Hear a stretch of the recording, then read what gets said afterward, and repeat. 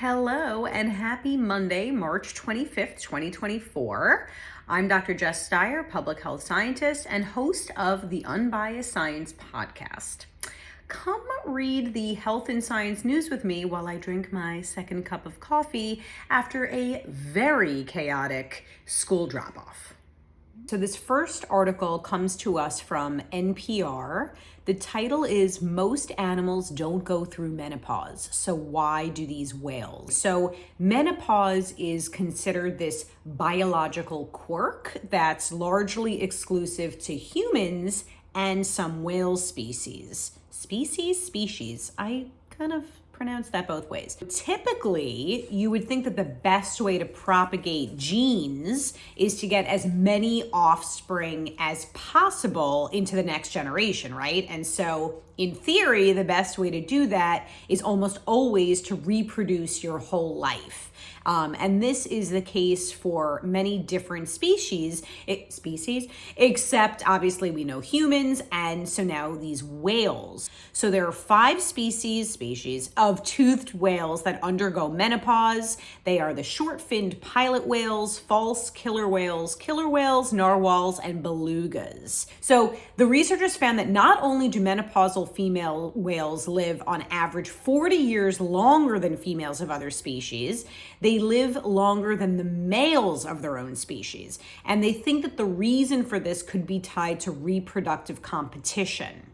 So if a mother and her daughter are both reproducing and living in the same group at the same time, they're competing for the same resources. So there's limited amounts of food, and they're competing for lots of things. And so they have this hypothesis called the grandmother hypothesis, that menopause could help avoid that competition.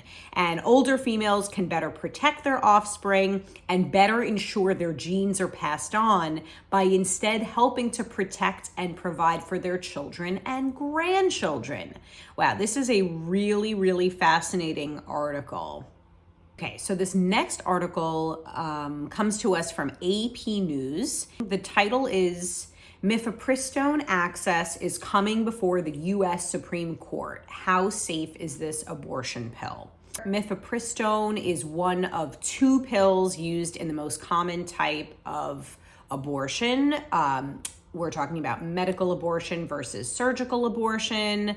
It has been approved by the FDA for use since 2000 and is considered safe and effective.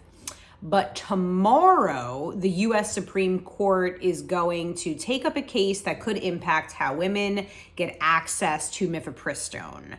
The central dispute in the case is whether the FDA overlooked serious safety problems when it made mifepristone easier to obtain, including through mail order pharmacies. For the purpose of this news read, I'm not getting into the ethics of abortion. Of course, this is a very hotly debated topic.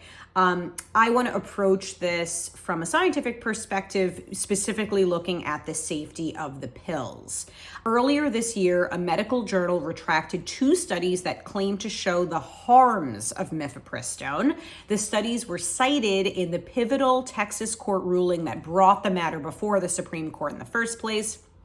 The publisher cited conflicts of interest by the authors and flaws in their research. There are rare occasions when mifepristone can cause dangerous excessive bleeding that requires emergency care. And because of that, the FDA imposed strict safety limits on who could prescribe and distribute it.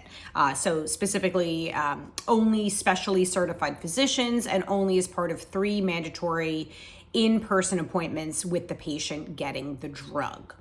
So we've actually done a post on this over at Unbiased SciPod.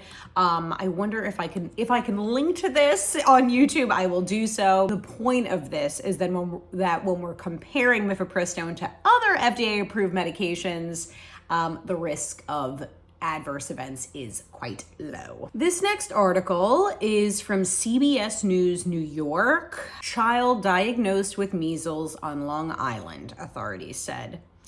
So a case of measles has been detected in Nassau County, Long Island. It was detected in an unvaccinated child. So right now, the Department of Health is closely investigating potential exposures and taking the necessary proactive steps to prevent the spread of measles. As a reminder, measles is so highly contagious. In fact, it is the most contagious virus that we are aware of that impacts humans. This is not a joke. There were fewer cases in all of 2023 than there have been already detected in as of late March 2024. Measles, I think people just sometimes they think, oh, it's itchy, it's a rash.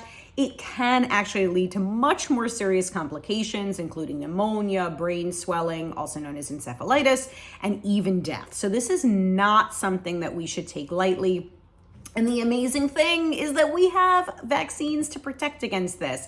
So the MMR vaccine, I did a post on this over at Unbiased SciPod. Again, if I'll link to it, if I can link to it, I will here. Typically, the first dose is given between 12 to 15 months of age, and then the second dose is given between 4 to 6 years of age. But MMR vaccine doses can be offered early depending on certain circumstances. If there's an outbreak where extra protection is necessary, international travel to areas with measles risk, or to catch up on a delayed vaccine schedule. So this is something you should talk about with your child's pediatrician. So dose 1 can be given early between 6 to 11 months of age, and dose 2 can be given as early as 28 days or 4 weeks after the first dose. This next article comes to us from AP News. Allergy season arrived early in US. Here's how to keep pollen from ruining your spring.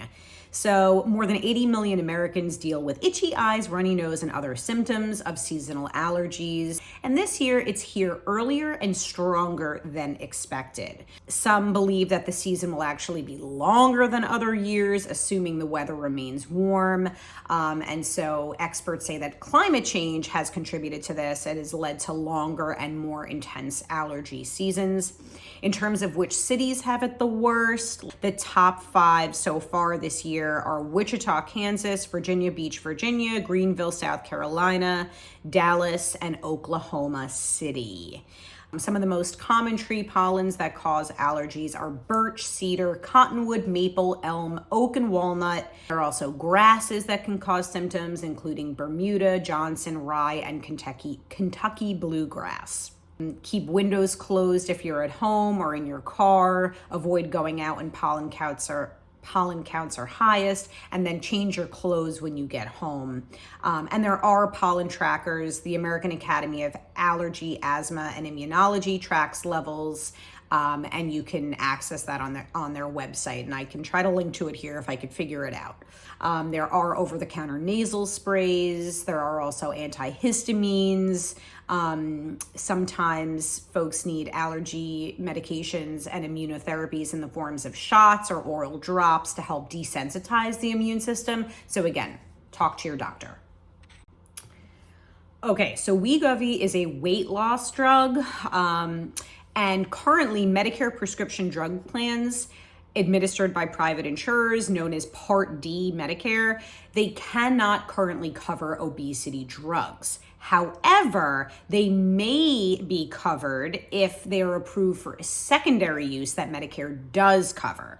And there's new research coming out that shows that Wegovy actually may reduce the risk of heart attacks and strokes. So this is a very big deal. Again, there were positive results from a large clinical trial earlier this month. And again, this was looking at lower risk of stroke and heart attack in overweight or obese patients who do not have diabetes. Medicare's coverage of Wegovy opens the drug up to government price negotiations under President Joe Biden's Inflation Reduction Act. Medicare is barred from covering certain drugs, including those to treat anorexia, weight loss, and weight gain under the Social Security Act. If these drugs are approved for other uses, they may be covered. All right, well, I hope that you enjoyed reading these articles with me. I have many more to read. I have to get into my emails and really start my day here, but I hope you all have a great week, and I'll see you next Monday.